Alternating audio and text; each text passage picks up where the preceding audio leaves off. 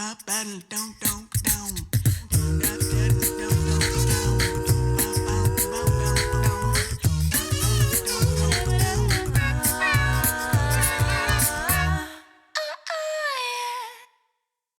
everyone, and welcome to another episode of Simply Science. I'm your host, Ari Goldberg, and on this month's episode, we're going to be looking at a preschool for science that has kids learning and laughing. We're also going to look at our food consumption and how we can reduce our waste. And we're going to check out some new devices that are monitoring for flooding around New York City.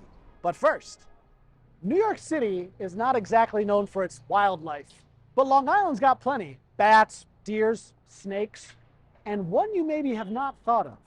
Our Andrew Falzone went to the Jones Beach Nature and Energy Center to learn about a certain aquatic, playful species that makes Long Island winter its home: seals.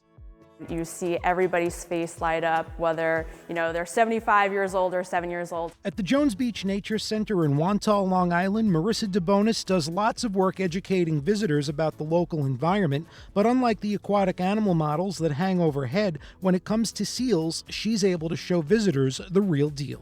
Here on Long Island, we have 5 different species of seals. We have harbor, gray, harp, ringed, and hooded seals on Long Island. But not all of the Long Island seal species make it over to Jones Beach. Here at Jones Beach State Park, we really only get 3 different species, mostly harbors and grays, potentially a harp seal here and there. And in order to give us a better idea of what we'd see on our expedition, Marissa gave us some pointers on how to tell harbor seals and gray seals apart. So what species are we looking at here? Here we have the model skulls of 2 different seal species. This one here is of our gray seal. So it's definitely a bigger head here. It's more of an elongated face. We compare it to a horse head. So it actually kind of looks like a horse swimming through the water with that big head. And then here we have the skull of our harbor seal. So it's a much smaller head. We compare it to a bowling ball shape actually. And it has more of a puppy dog face as opposed to a horse shaped. All right, so welcome everybody. During the winter, the Nature Center runs organized seal walks usually 2 to 3 times per week. A professional guide provides an introduction and stays with the group through the whole experience, which lasts about 2 hours in total. To make the experience comfortable, you should dress according to the weather and keep in mind the beach is usually much windier than inland areas, which means dramatic wind chills. While the center has binoculars to lend, you sometimes have to share, so bringing your own might be a good idea. Now that we had an idea of what we were looking for, it was time to begin our journey. We made the 5-minute drive from the Nature Center over to Field 10, which is the bay side of the man-made island that is Jones Beach. Field 10 at Jones Beach is open to the public, so you can come down and seal watch on your own, but if you do, there are some safety precautions to keep in mind. It's really important that we're following the Marine Mammal Protection Act. So this act was established to protect these different populations of marine mammals. And here with the seals, we have to make sure that we're following the rule of staying at least 150 feet away from our seals at all times. Which is easy to do because scenes like this at Jones Beach are very rare. All right, let this guy go back to the water. Most Jones Beach seals stay in the water and don't haul out onto land. It's usually a confused juvenile or a sick or injured seal that does, and while they may be puppy dog cute, they can be guard dog dangerous. When I say that they have a nasty bite, I mean, ow, it hurts a lot if you would get bitten by a seal, but also it's pretty nasty inside of their mouths. There's a lot of bacteria and it's a guaranteed infection. It's also a good idea to head out on a guided walk the first time so you can learn the best place to spot seals. Just like fishing hotspots, the guides know the best place to see seals, and our crew can attest to this as we went out twice with the Nature Center team and saw seals within seconds of our arrival. And while they were difficult to spot with our cameras from far away, everyone who came could see them clearly with binoculars and agreed it was a great time. It's always the same reaction where it's just so exciting to be able to see these animals, always through binoculars and from a distance, but it's so exciting to be able to see them for the first time. Or for me, every single weekend I get to see one and I get excited just the same. I'm Andrew Falzone for Simply Science.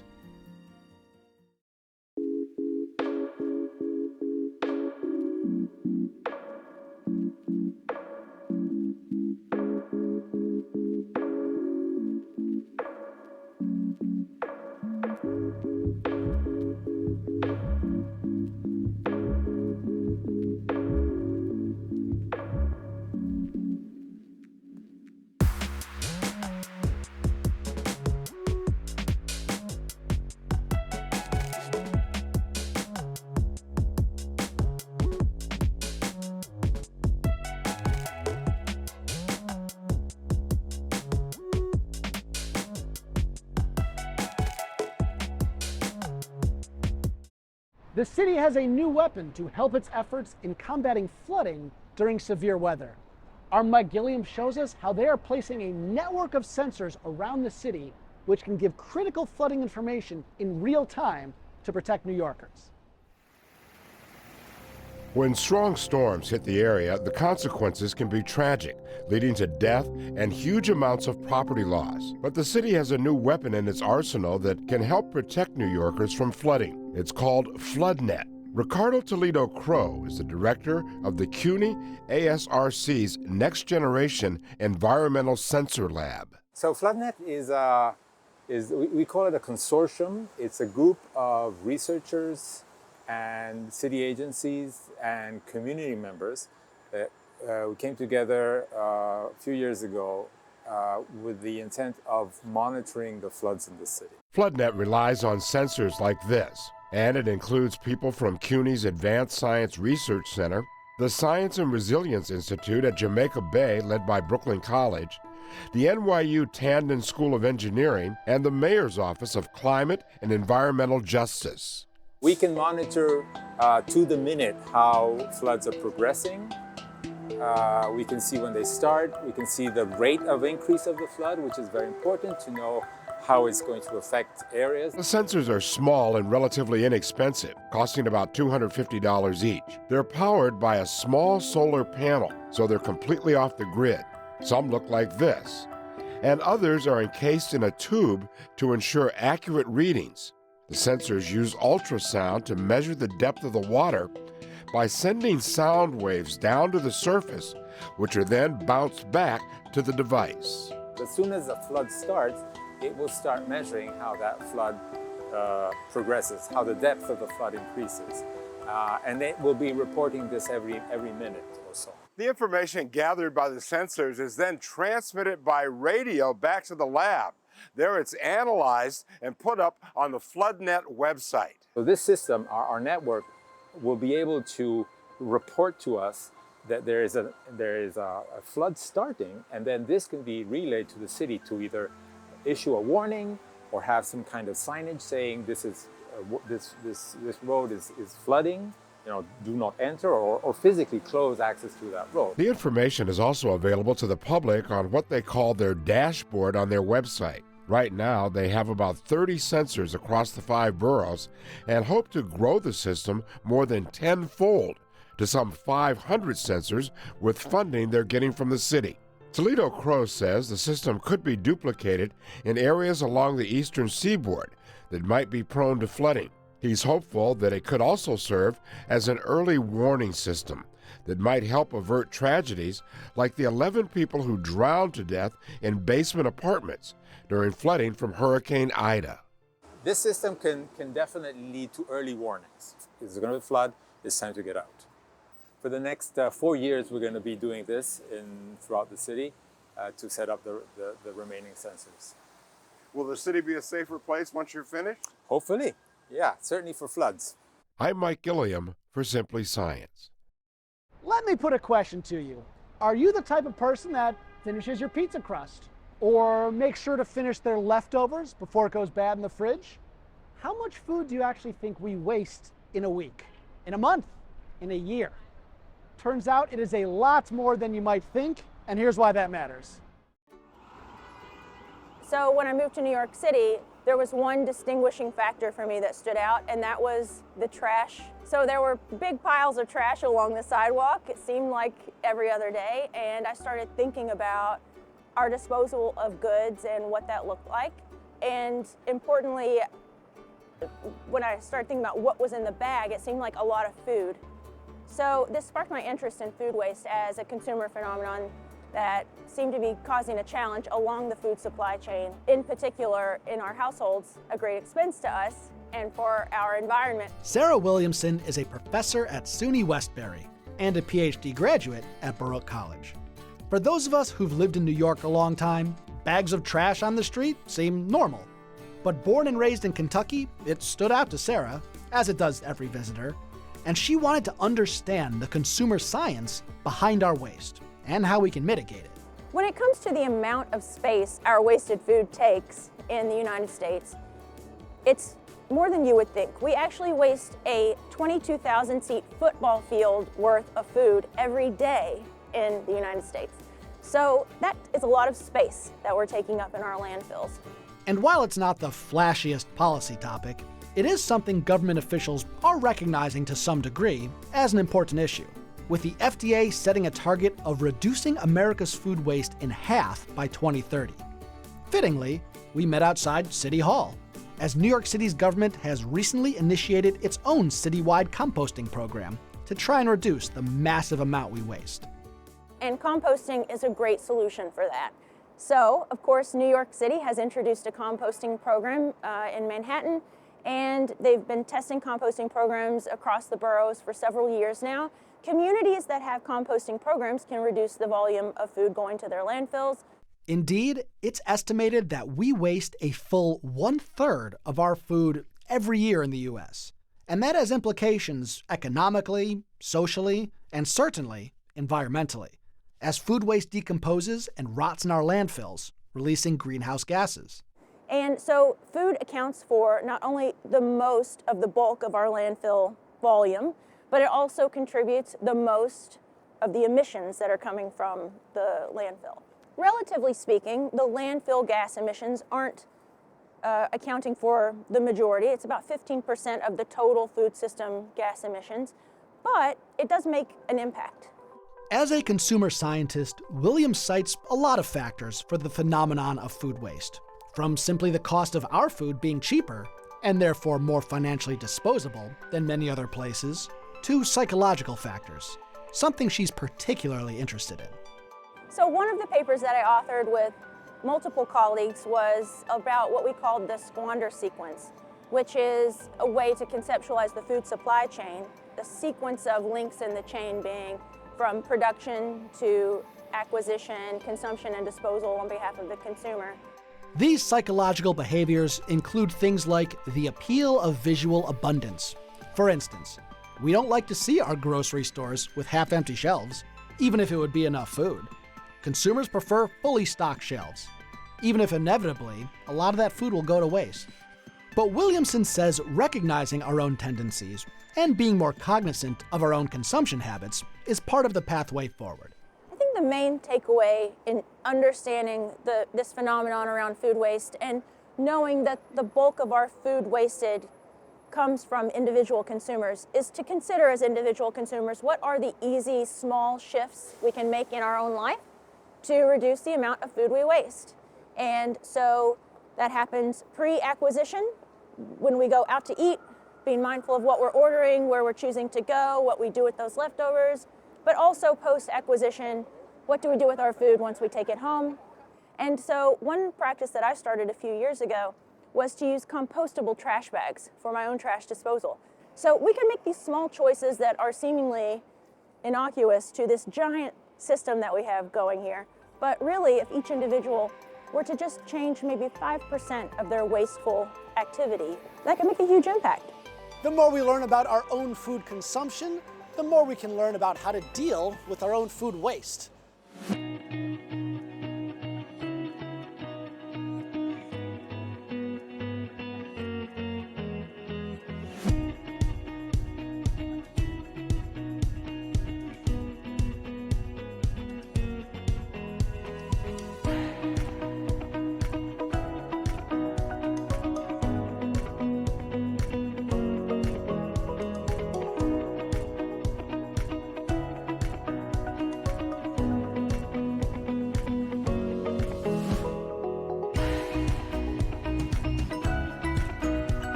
New York City has had virtually no measurable snowfall this season.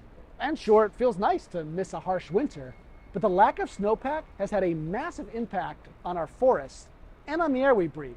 Craig Thompson has more.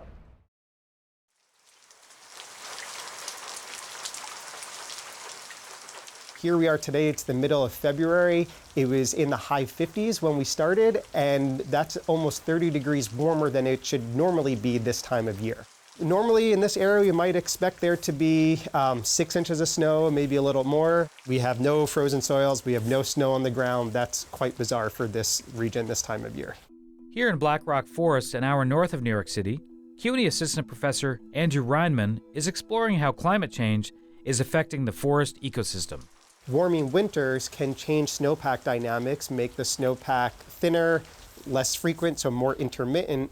And one of the hypotheses that we've had is that as winters warm and that snowpack begins to disappear a little bit, you lose that insulating blanket of snow on the ground, and then once you get cold temperatures, the soils can freeze to a much greater extent than they have historically. And so what we're trying to do is understand what are the ecological implications of soil freezing. Andrew Reinman is an ecologist at CUNY's Advanced Science Research Center. Part of his work is measuring soil temperatures, which he's done at Hubbard Brook Experimental Forest in New Hampshire, as well as here. This blue line is soil temperature, and these green and orange lines are air temperature. These large swings in temperature, these are the things that we think a lot about when we're studying changes in winter climate. And these ups and downs and this blue line showing fluctuations in soil temperature, and it's those freezing and thawing cycles that are potentially damaging tree roots and impacting the productivity of the trees, the health of the trees, and then by extension, the functioning of the entire ecosystem. The ecosystem can then suffer all year round. In the spring, when a lot of nutrients become available for plants to take up, those damaged roots can't take it up, and those nutrients get lost from the soil. And that can change the acidity of the soil and kind of help to create this cascade of ecological consequences that we're finding in the end result in a reduced capacity of our forests to take up carbon from the atmosphere and store it in its biomass. And it's not just snowpack that Andrew and his team have been looking at. In the summer season, they recently studied the tree canopy cover of New York, which covers 22% of the city, and their conclusions pleasantly surprised Andrew and his team. Even in a place like New York that has over 8 million people, is the largest producer of CO2 anywhere in the US, and doesn't have a ton of vegetation, there's about 20% tree canopy cover. Even in those sorts of dense cities, there's enough photosynthesis happening during the summer that it can offset 40% of our fossil fuel emissions on like a summer afternoon. And so this was really, really surprising to us. In 2015, the city celebrated the planting of its 1 millionth tree under the Million Trees NYC program started in the Bloomberg administration. Trees that most likely helped offset the carbon emissions of cars, power plants, and buildings. The city council recently proposed that another 1 million trees should be planted. To the extent that we can bring back more and more of that vegetation, we can cool off the city, which then in turn reduces our need to burn fossil fuels for air conditioning, and that reduces our CO2 emissions. Back in the forest, the freeze and thaw cycle is exacerbated by climate change. As our climate continues to warm, the areas that are expected to have this deep insulating snowpack will sort of contract, and we would expect the areas that have historically had these deep snowpack, those are the areas that will get adversely impacted by winter freezing and thawing. Even though this winter might set a record for least amount of snowfall in the city, Andrew remains upbeat about the future. With climate change, there's so many different components that there's not any one solution. And I think trees, increasing vegetation, things like that are an important component of that. And we also need to figure out a way to transition to renewable energies, reduce the amount of energy we need, a whole suite of other sustainability issues, and do it in a way where we're not creating a new environmental problem while we're trying to solve another one. I think that there's a lot of daunting challenges ahead of us, but we have to maintain some amount of positivity and optimism about what the future holds. I am optimistic that we can solve these problems. Hopefully we can do it fast enough. For Simply Science, I'm Craig Thompson. He's part educator, part comedian, and the founder of the Brooklyn Preschool of Science. Our Barry Mitchell in Cobble Hill introduces us to Carmelo, the Science Fellow. We are the scientists. We are the scientists. Everybody say, we do the work. We do the work. Everybody say, not the teacher. Not the teacher. And please don't say, he's the creature. He's the creature. To Brooklyn preschoolers, this guy is a superstar. My name is Carmelo Piazza, but I am also known as Carmelo the Science Fellow.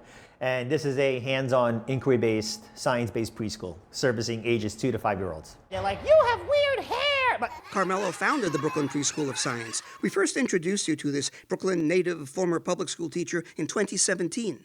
Kids think he's hilarious. And to me, laughter and humor and hands-on learning result in just the best educational experience possible. If you're trying to teach, they're not going to learn. The key is make it as organic as possible.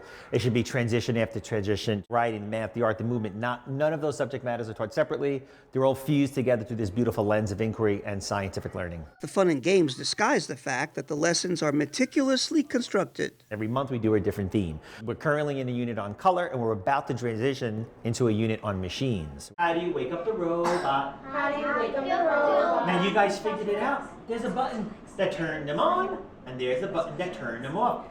So, Carmelo, even the walls are entertaining here. That's right. This is the wall of gravity. We're learning. Wall of gravity. That's right. We're learning about machines. We're learning about forces and gravity and how it makes things move. Check it out. Okay. It's Here we go. We drop the ball. Drop the ball and let gravity do its work. Oh. Can you imagine for a 2- and 3-year-old? How engaging is this? I think this should be in Coney Island. Best Maybe. 2 out of 3 win a teddy bear. Yeah, that's right. And no preschool is complete without animals. See, growing up in Brooklyn, New York, what animal life are you exposed to? Am I exposed to? You see the birds that you can't catch, the squirrels that you don't want to touch. So we wind up having fears of everything. That's not fair. Why should the kids upstate have newts and birds and bees and salamanders, and they have this love for the life sciences that the kids in the city don't have? We have hamsters, we have geckos, we have bearded dragons, we have guinea pigs, bunnies, the list goes on. We have so many animals.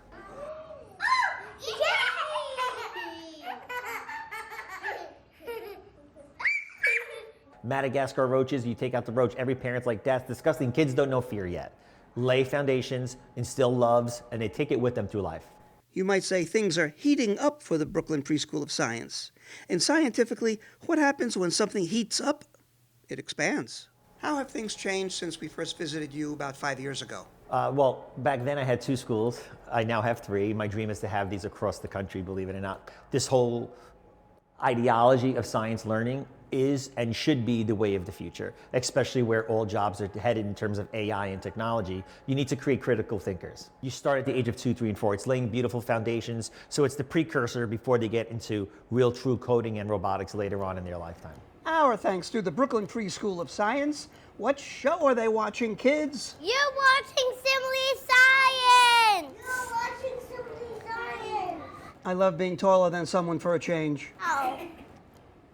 That is our show for today. Until next time, I'm Ari Goldberg for Simply Science. Ba-ba-dum-dum-dum-dum.